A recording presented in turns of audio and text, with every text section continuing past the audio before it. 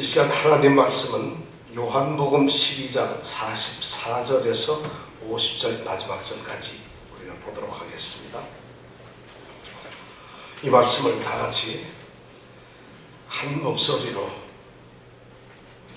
말씀을 읽어주시기 바랍니다. 44절에 보니까 예수께서 외쳐 가라사대, 여기서 외쳐라는 말은 크리조란 말인데 수백 명이 수많은 군중들이 모여서 소리를 지르는 그 말이 바로 외친다는 말. 오늘 우리가 성경을 주님께서도 외치시니까 우리도 외쳐서 오늘 성경 말씀을 함께 읽기를 원합니다. 다 같이 한 목소리로 오늘 말씀을 읽겠습니다.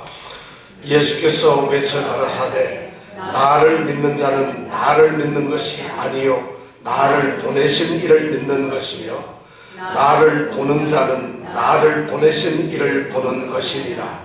나는 빛으로 세상에 왔나니 무릇 나를 믿는 자로 어두움에 거하지 않게 하려 함이로라. 사람이 내 말을 듣고 지키지 아니할지라도 내가 저를 심판하지 아니하노라. 내가 온 것은 세상을 심판하려 함이 아니요 세상을 구원하려 함이로라. 나를 저버리고 내 말을 받지 아니하는 자를 심판할 이가 있으니 곧 나의 한 그 말이 마지막 날에 저를 심판하리라. 내가 내 자의로 말한 것이 아니요 나를 보내신 아버지께서 나의 말할 것과 이룰 것을 친히 명령하여 주셨으니 나는 그의 명령이 영생인 줄 아노라. 그러므로 나의 이루는 것은 내 아버지께서 내게 말씀하신 그대로 이루노라 하시니라. 아멘. 오늘 말씀은 예수님께서 이 땅에 오셔서 지상에서 수많은 무리들과 공개적으로 말씀을 나누시는 그 마지막 말씀이 바로 오늘 말씀입니다. 이 말씀을 마치시고 예수님께서는 더 이상 군중들, 무리들을 향해서는 아무 말씀을 안 하십니다. 그래서 우리는 이 말씀을 예수님께서 이 땅에서 하셨던 최후의 고별 설교라고 합니다. 물론 예수님은 세상을 떠나시면서 승천하시면서 마지막 명령을 하신 게 있죠. 그죠? 그것이 뭐죠? 오직 성령이 바로 그 말씀을 우리에게 하셨어요. 성령이 임하시면 너희가 권능을 받고 예루살렘과 온 유대와 사마리아와 땅끝까지 이르러 내 증인이 되리라. 이 말씀을 예수님께서는 마지막 명령으로 하셨는데 오늘 이 말씀은 예수님께서 이 땅에서 하신 공개적 이 고별 설교의 마지막 최후 설교입니다. 그렇기 때문에 우리는 이 말씀이 우리에게 귀중한 은혜로 다가오기를 바랍니다. 예수님은 마지막 말씀에서 어떤 말씀을 하셨을까요? 오늘 우리가 읽었는데 예수님께서는 이 땅에서 하셨던 예수님의 사역을 아주 분명하게 요약을 합니다. 그래서 반드시 우리가 기억하고 알아야 될 그러한 말씀들을 우리에게 전해주십니다. 예수님이 어떤 분이신지, 예수님은 이 땅에 왜 오셨는지, 그리고 예수님은 무슨 일을 하셨는가를 아주 분명하게 우리에게 얘기하고 있습니다. 그런데 예수님의 모습을 보면 이 말씀을 군중들을 향해서 조용하게 말씀을 하시는 것이 아니라 외쳐서 소리를 지르시면서 말씀을 합니다. 저는 그 주님의 모습을 한번 상상해 봅니다. 아마 이곳은 예루살렘 성전 안에서 이방인의 뜰이라고 하는 그 뜰 한 구석에서 사람들을 향해서 하시는 말씀일 겁니다. 그분은 소리를 높이셔서 아주 큰 소리로 말씀을 하십니다. 사실 예수님은 그렇게 말씀을 하신 적이 별로 없으셨어요. 물론 몇 번 있긴 하지만은. 그런데 이 말씀만은 특별히 소리를 치시면서 말씀을 하고 있습니다. 바로 모든 사람들을 향해서 너희들은 멸망받지 말고 구원을 받아야 한다는 간절한 사랑의 그러한 외침이라고 말씀을 할 수가 있습니다. 이 세상은 사실 치명적인 멸망이 있을 뿐입니다. 멸망을 피할 길도 없습니다. 오직 멸망만 있습니다. 바로 예수님께서 이 땅에 오신 것은 그 멸망의 세계로부터 사람들, 하나님의 택하신 자들을 건져내시는 일, 그 길을 제시하는 일이 바로 우리 예수님께서 오셨던 지상사역의 목적이었습니다. 그렇다면 예수님은 어떤 말씀을 하고 있을까요? 오늘 우리에게 꼭 들려주고 싶으신 예수님의 마지막 설교는 무엇일까요? 그 내용이 어떤 것일까요? 오늘 우리는 말씀을 통해서 그 말씀을 한번 생각해 보려고 합니다. 첫 번째로 예수님께서 하시는 말씀은 44절과 45절에 있는 말씀을 통해서 우리는 이렇게 설명을 할 수가 있습니다. 예수님과 하나님은 한 분이시다. 예수님은 하나님과 같으신 분이다. 예수님은 바로 하나님이시다 하는 것을 말씀하고 계신다는 것입니다. 그 의미로 예수님은 두 가지 귀중한 조건을 우리에게 제시합니다. 첫 번째 증거가 뭐냐면 예수님은 하나님 아버지로부터 보내심을 받았다고 말씀을 합니다. 예수님과 하나님과의 관계에 있어서 자신은 하나님으로부터 보내심을 받은 자고 하나님은 이 세상에 자신을 보내신 자라고 이렇게 표현을 하고 있습니다. 하나님은 인류 구원의 계획을 가지시고 그 계획을 이루시기 위해서 예수님을 보내셨어요. 예수님은 그 목적을 가지고 오셔서 그것을 이 땅에서 이루시기 위해서 보내심을 받은 자입니다. 서양 속담에 보내진 자와 보낸 자는 같다라는 말이 있습니다. 이거 대표성의 원리라고 하는 것인데 우리가 어떤 사람을 보냈을 때 그 사람은 나를 대신해서 동등한 권리와 지위와 그런 능력을 갖는다는 것입니다. 한 나라가 다른 나라에 대사를 보낼 때 그 나라의 아그레망을 받죠. 그래서 그 대사가 그 나라의 아그레망을 받고 이제 대사로 취임을 하게 되면은 이 한 나라의 모든 권한과 권리를 위임받고 그리고 거기서 대표해서 일을 합니다. 바로 예수님께서 그렇게 보내심을 받았다고 이야기를 합니다. 보내심을 받아서 동등한 권능과 어떤 권위를 가지고 계신다고 말씀을 하고 계십니다.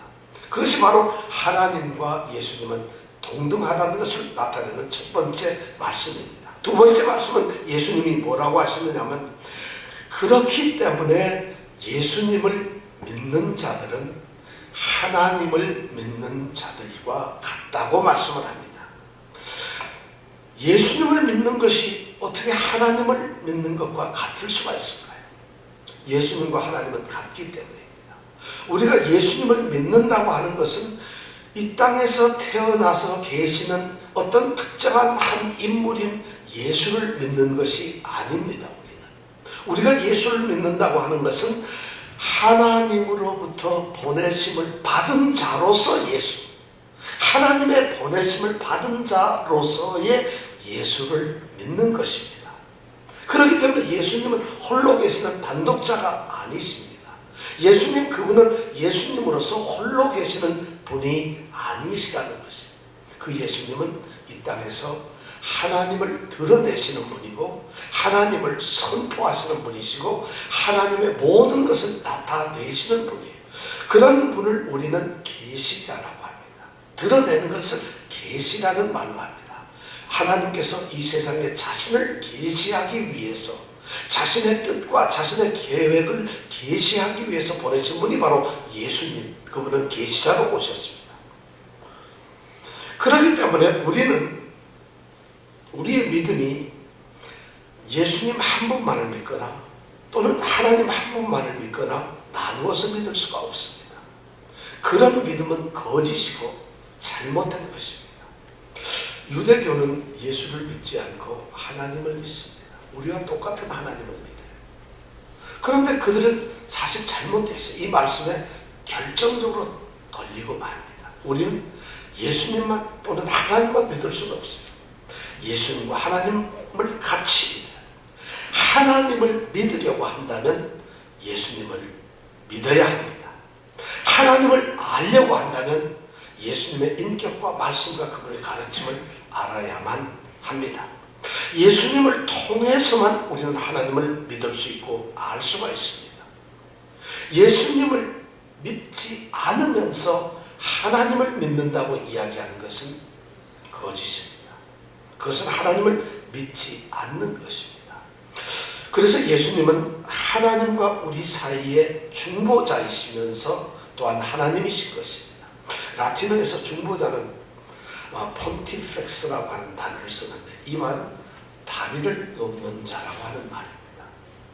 하나님과 우리의 사이를 연결시키기 위해서 다리를 놓으시는 분, 그분이 누굴까요? 예수님이에요. 그럼 여러분은 하나님께로 건너가려면 갈 방법이 없는데 유일한 길이 뭘까요? 바로 예수님. 중보자라는 말씀이 바로 다리를 놓는 자라는 말씀을 가지고 있습니다. 그래서 예수님은 오늘 44절, 45절의 말씀을 하셨어요. 소리쳐서 말씀하시기를 나를 믿는 자는 나를 믿는 것이 아니요 나를 보내신 이를 믿는 것이에요. 나를 아는 자는 나를 보내신 이를 아는 것이고 나를 본 자는 나를 보내신 자를 보는 것이라고 말씀을 하시고 계십니다. 두 번째 예수님이 하시는 중요한 말씀은 예수님은 구원자라고 하시는 거죠. 예수님은 구원자이시기 때문에 이 세상에 오시면서 자신의 말씀을 예수님은 자신을 빛으로 세상에 오셨다고 말씀을 하십니다. 46절에 보니까 나는 빛으로 세상에 왔나니 이렇게 말씀을 하고 있습니다. 예수님은 바로 이 어둠의 세상, 이 세상의 어둠 속에서 빛으로 오신 분이십니다. 이 세상은 어두움입니다. 우리는 성경에서는 세상을 어두움으로 표현을 하고 있습니다. 어두움이란 뭘까요? 단지 빛이 없기 때문에 어두운 것이 아닙니다.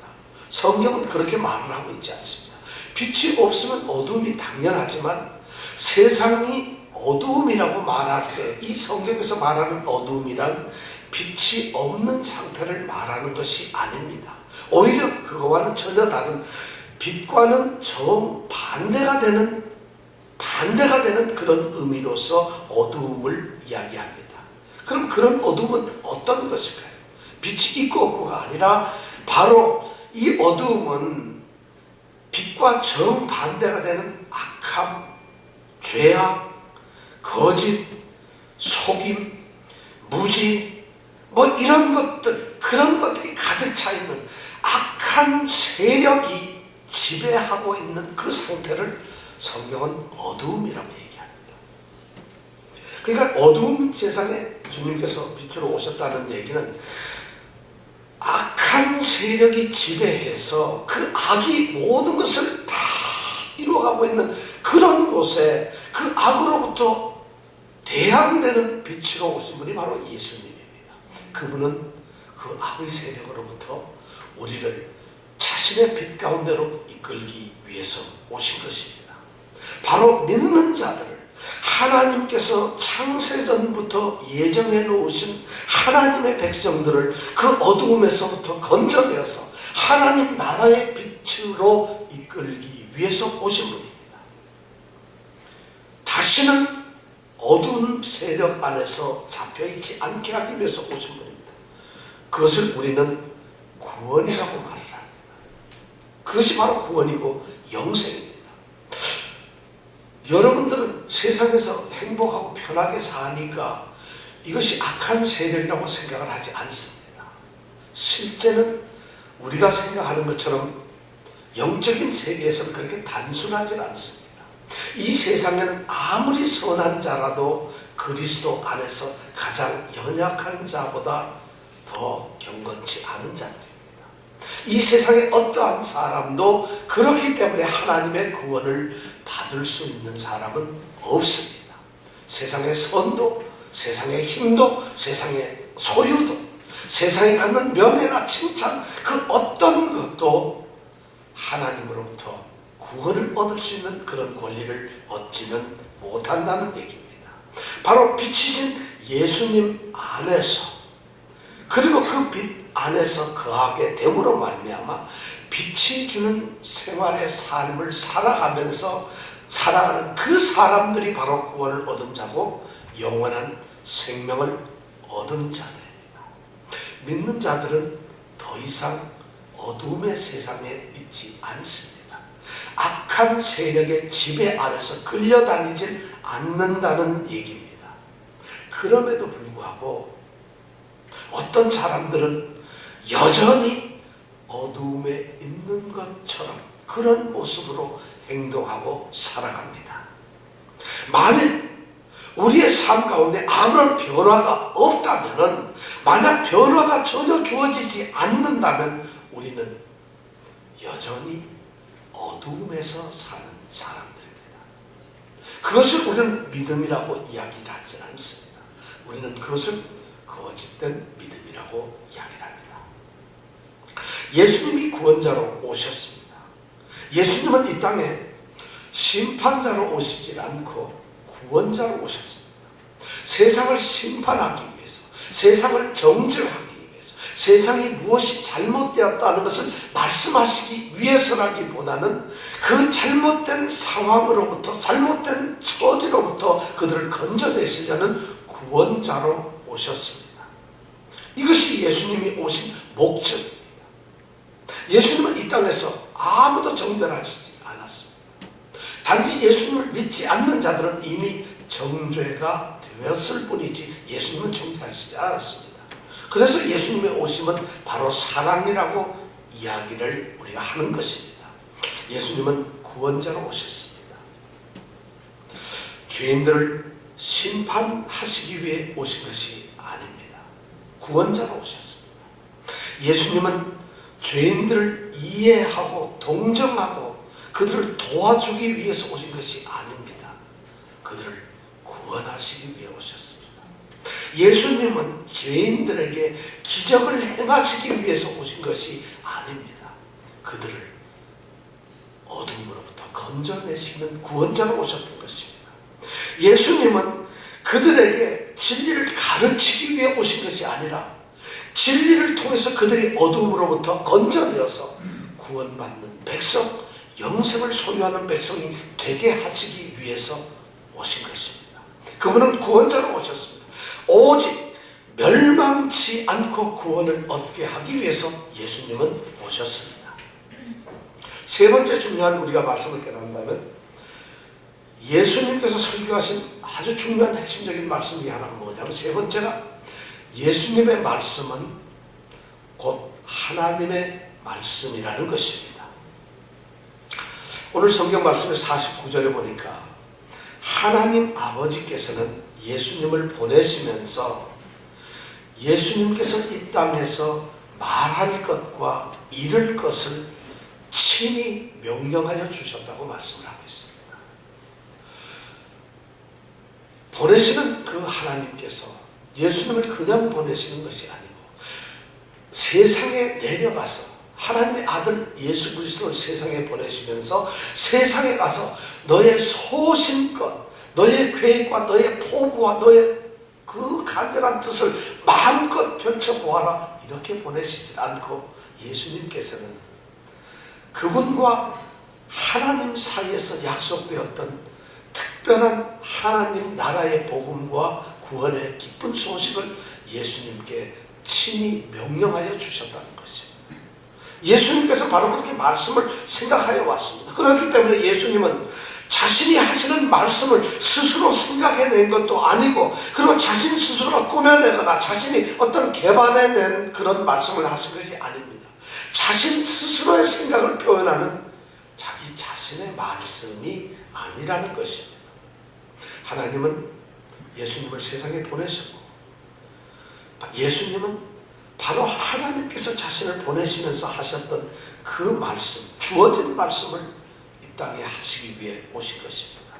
50절에 보니까 예수님께서는 내 아버지께서 주신 그 말씀을 내게 주신 그 말씀을 그대로 이룬다고 말씀하셨어요. 그 말씀에 더하지도 않으셨어요. 그 말씀에서 어떤 건 빼지도 않았어요. 그 말씀에서 어떤 것을 조금 바꾸지도 않았어요. 그 말씀을 조금 더 화려하게 어떤 장식을 갖지 않으셨어요. 예수님이 하신 말씀은 바로 하나님이 하신 말씀과 똑같은 것을 우리에게 말씀하셨다는 것이에요. 이것이 바로 예수님의 말씀은 친히 하나님께서 주신 말씀이라는 것이에요. 그런데 그 말씀이 어떤 것이냐면 하나님 명령하신 말씀은 50절에 보니까 영생이 있다는 것이에요. 그의 명령은 바로 영생의 말씀이었다는 것이에요. 예수께서 이 세상에 오셔서 선포하신 그 말씀들 하나하나가 바로 어두운 세상에서 어둠에 사로잡혀서 멸망의 길로 치달아가는 사람들에게 영생을 주시기 위한 말씀이었다는 것이에요. 바로 그런 진리의 말씀이었어요. 멸망의 운명에서 벗어날 수 있는 사람이 아무도 없어요. 멸망을 피할 수 있는 사람이 없어요. 멸망에서 벗어나려고 어떤 노력을 해도 그 길을 찾지도 못할 뿐만 아니라 설령 그 길이 있다 할지라도 그 길을 벗어날 수는 없어요. 그런데 그 멸망의 구렁텅이로부터 자신의 사람들을 이끌어내어서 그 멸망길에서 나올 수 있는 길을 제시하는 영생의 말씀을 바로 하나님께로부터 받았다는 것입니다. 그렇기 때문에 예수님은 그 말씀이 자신이 선포하는 말씀이 바로 하나님의 말씀이고 오직 영생을 주는 유일한 말씀이라는 것을 아셨습니다. 그래서 우리에게 그 말씀을 남기시고 선포하셨습니다. 세 번째, 예수님이 하나님께로부터 받은 하나님의 명령하신 그 말씀은 영생을 얻기 위해서 반드시 듣고 지켜야 할 말씀이라는 것입니다. 영생의 길을 알려주는 그 말씀은 우리가 듣고 지켜야 하는 그런 말씀입니다. 47절에 보니까 사람이 내 말을 듣고 지키지 아니할지라도 이렇게 말씀하고 있어요. 예수님이 이 땅에서 선포하시는 말씀은 사람들이 듣고 지켜야 할 그런 말씀이라고 이야기를 하고 있어요. 듣고 지켜야만 영생에 이르는 말씀이 된다는 것이죠. 하나님의 말씀이 선포된다 할지라도 듣고 지키지 아니하면 영생에 이르는 말씀이 되지 아니합니다.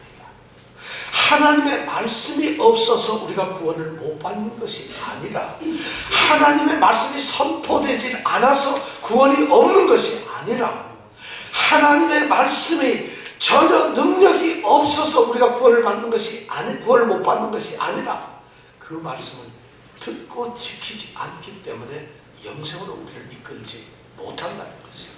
지금 이 자리에서 우리가 말씀을 듣습니다. 우리가 이 자리에서 요즘 사순절 기간에 매일매일 묵상해야 할 말씀들을 우리가 요즘 나누고 있습니다. 우리 카톡방에 우리 성도님들이 정말 많은 분들이 말씀을 올립니다. 그냥 아무거나 골라서 말씀을 올리는 것이 아니라 그날 읽어야 될 말씀 가운데서 정말 마음속에 느껴지는 감동을 받는 그 말씀들을 올립니다. 말씀은 그렇게 감동을 받아서 끝나는 것은 아닙니다. 오늘 주님께서 하시는 이 하나님의 말씀, 이 영생의 말씀은 반드시 듣고 지켜야 한다는 것입니다. 듣는 것과 지키는 것은 아주 밀접하게 되어 있습니다. 듣고 지킨다는 말씀을 우리가 잘 새겨들어야 합니다. 듣고 지키는 것은 굉장한 상관관계가 있다는 것입니다. 아주 깊은 관계가 있습니다. 하나님의 말씀을 듣는다는 것은 반드시 지켜야 한다는 것을 동반하고 있다는 것이에요. 듣는 것으로 그치는 것이 아닙니다. 순종을 하고 따르는 것, 행동하는 것으로만 그치는 것이 아니라는 것이에요. 영생을 얻는 참된 하나님의 말씀은 말씀을 듣고 순종하는 것이라는 거죠. 이것이 바로 참된 믿음이라는 것이죠. 이것이 바로 영생을 얻는 믿음이라고 하는 것입니다. 들음이 없이 말씀을 순종을 한다면 아마 그 순종은 헛된 것이 될 것입니다. 하나님의 말씀을 듣지 않고 알지 못하고 순종을 한다는 것이 무엇을 순종하겠어요?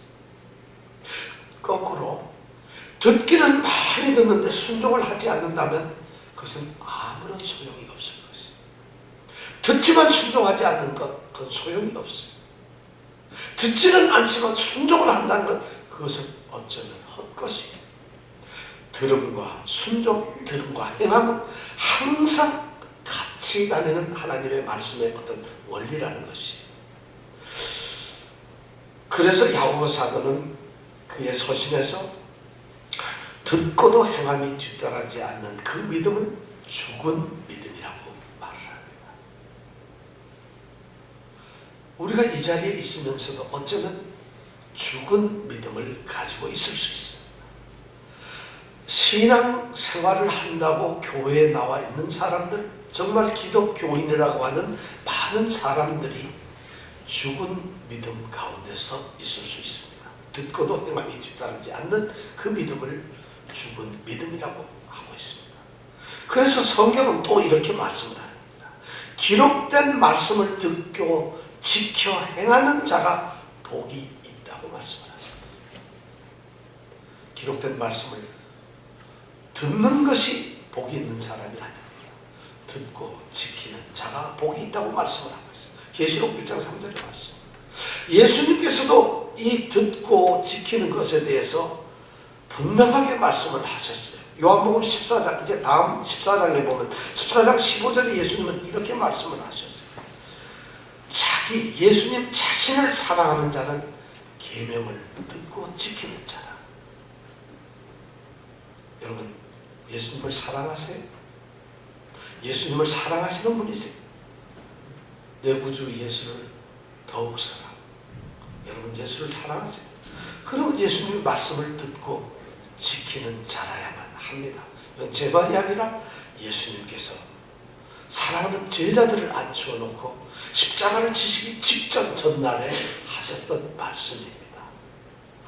그렇다면은 예수님의 말씀은 하나님의 말씀이고 영생을 얻도록 그 길을 예비하는 말씀인데 들어야만 영생에 들어갈 수가 있는 것인데 만일 우리가 말씀을 듣고 지키지 아니하면 어떻게 될까요? 말씀이 선포되는데 말씀은 있는데 지금 예수님께서 외쳐 소리지르며 말씀을 하시는데 듣지 않는다면, 듣고 지키지 않는다면 어떻게 될까요? 사실 예수님의 말씀은 하나님의 말씀이고 하나님 나라의 복음이며 구원을 이루는 그런 기쁜 소식이에요. 그런데 하나님의 복음, 구원을 주시는, 구원을 얻게 하는 그 기쁜 소식을, 그 영생을 얻게 하는 그 복음을 만약 거절하는 사람이 있다고 한다면 그 사람은 믿지 않는 사람. 믿음을 거부하는 것, 말씀 듣기를 거부하는 것은 그것은 아주 노골적인 불신앙의 모습이라는 거죠. 그들에게는 오늘 말씀해 보니까 주님이 선포하시기를 심판이 뒤따른다고 말씀을 합니다. 믿지 않는다는 것이죠. 말씀을 거부하는 것, 듣고 지키지 않는 것은 믿지 않는 것과 똑같은 것이, 예수를 받아들이지 않는 것과 똑같은 그런 결과를 가져온다는 것이, 예수님을 저버리는 것은, 예수님을 거부하는 것은 어두움에 계속 거하여 살려고 하는 것과 똑같은 것이, 예수님의 말씀을 듣고 지키지 않으려고 하는 것은 바로 마지막 날에 심판을 받기 위해서, 그 심판을 받기 위해서 행하는 행동과 조금 더 다름이 없다는 것이죠.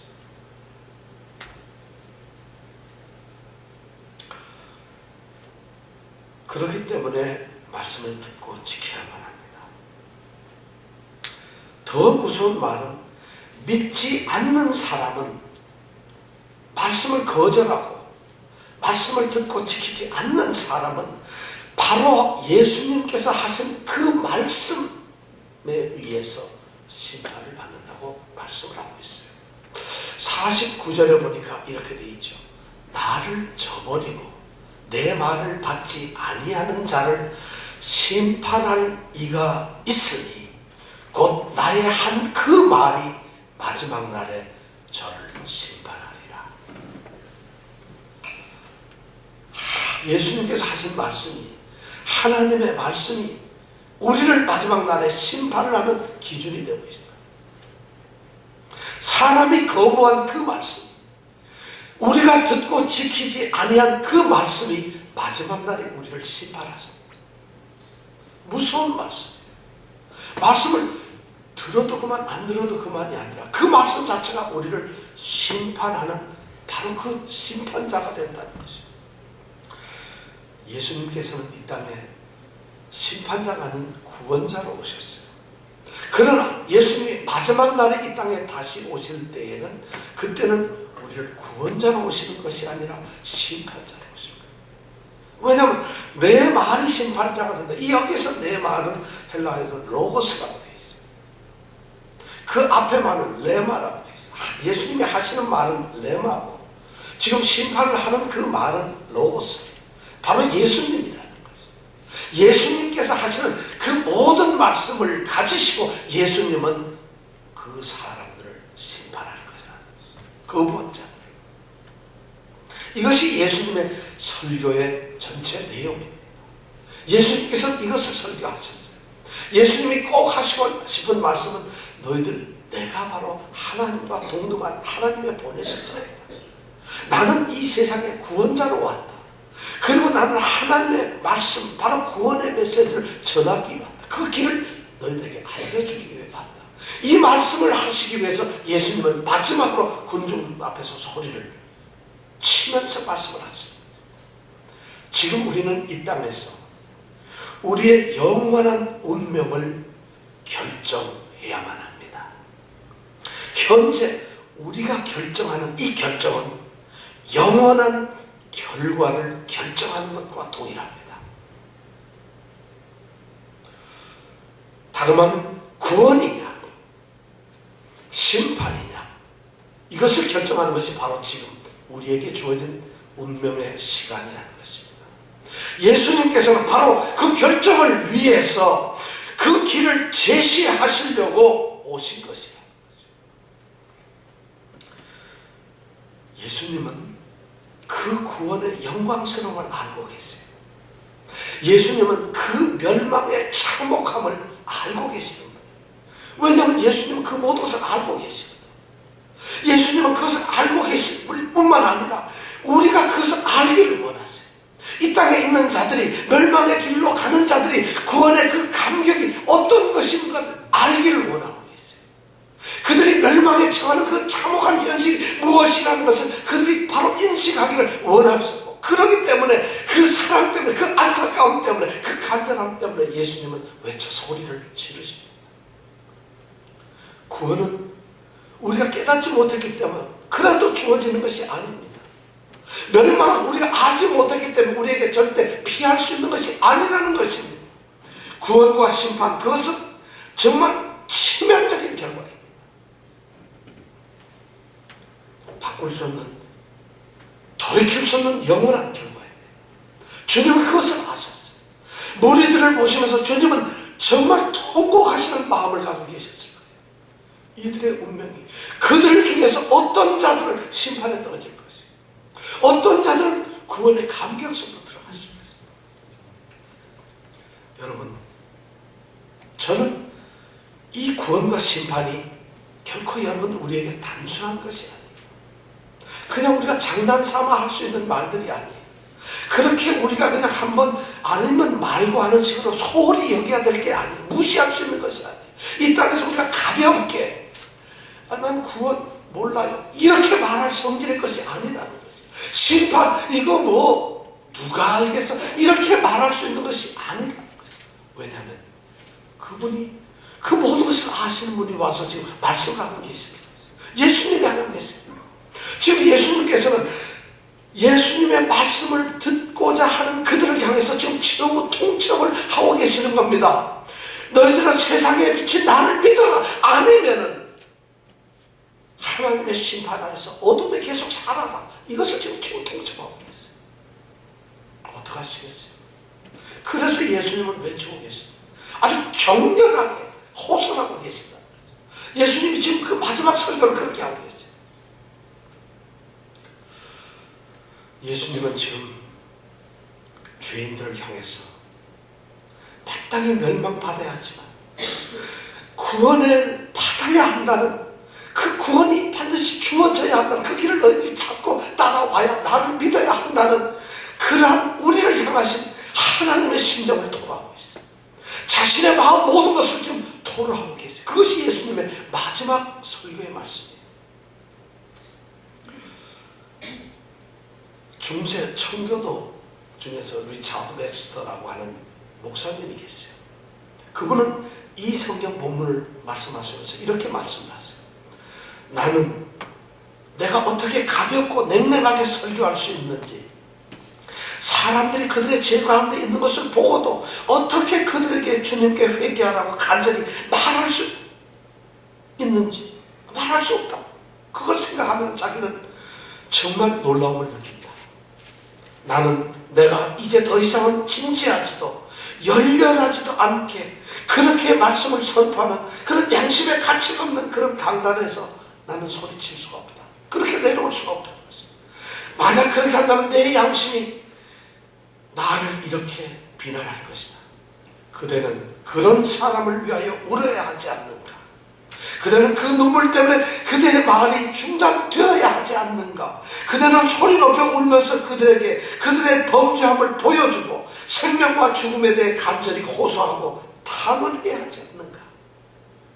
웩스터 목사는 그렇게 얘기를 하고 있어요. 강단은 무슨 이야기를 할 수 있는 것이 아닌 거죠. 예수님의 마지막 설교가 그렇다면 강단은 그냥 재미나게 세상 얘기를 할 수 있는 것이 아닌 것 같아요. 정말 하나님의 말씀을 전해야 하지 않을까요? 하나님의 심정을 그대로 선포해야 되지 않을까요? 하나님의 뜻을 그대로 외쳐야 되지 않을까요? 하나님께서는 오늘날 우리들에게 바로 그분의 아들처럼, 그분이 이 세상에 보내신 그분의 아들처럼 죄 가운데서 멸망을 향해 치달아가는 자들을 향해서 외쳐서 말하는 설교자를 찾습니다. 외쳐서 복음을 전하는 자를 찾고 있습니다. 우리는 이 땅에서 예수님을 보여줄 수 있어야 합니다. 우리는 이 땅에서 예수님을 믿게 할 수 있어야 합니다. 그것이 먼저 부른 자들을 향하신 예수님의 말씀이에요. 여러분, 오늘 예수님의 이 마지막 설교 외침을 들으십시오. 정말 예수님을 받아들이고 그분을 믿으십시오. 그 빛을 받아들이십시오. 여러분, 그리고 구원의 영생의 그 기쁨을 누리십시오. 그렇지 않다면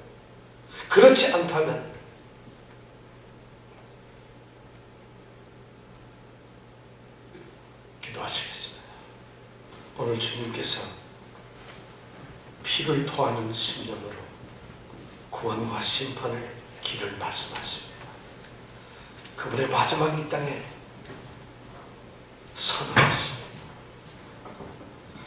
아마 그 무리들 중에서 어떤 사람은 구원의 길로 갔을 것이고 어떤 사람은 심판의 길로 떨어졌을 것이고 그들은 지금도 구원의 길에 있을 것이고 그들은 지금도 심판의 길에 있을 것이고 그들은 영원히 구원의 길에 있을 것이고 영원히 심판의 길에 있을 것이고 그 예수님의 말씀을 듣는 순간 그들은 그것을 결정했어야만 합니다. 주님의 말씀, 바로 하나님의 말씀이 오늘 우리에게 선포됩니다. 우리에게 들을 수 있는 귀를 주시옵소서. 볼 수 있는 눈을 주시옵소서.